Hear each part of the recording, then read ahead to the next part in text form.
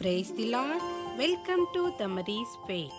ఉపదేశమును అంగీకరించువాడు బుద్ధిగలవాడు, తుంటరుల సహవాసము చేయువాడు తన తండ్రికి అపకీర్తి తెచ్చును.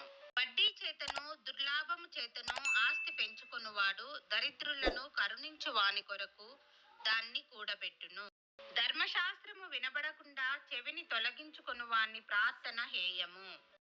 యథార్థవంతులను దుర్మార్గమందు నొప్పించువాడు తాను త్రవ్విన గోతిలో తానే పడును.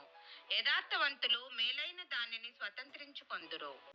ఐశ్వర్యవంతుడు తన దృష్టికి తానే జ్ఞాని, వివేకము గల దరిద్రుడు వానిని పరిశోధించును. నీతిమంతులకు జయము కలుగుట మహాఘనతకు కారణము.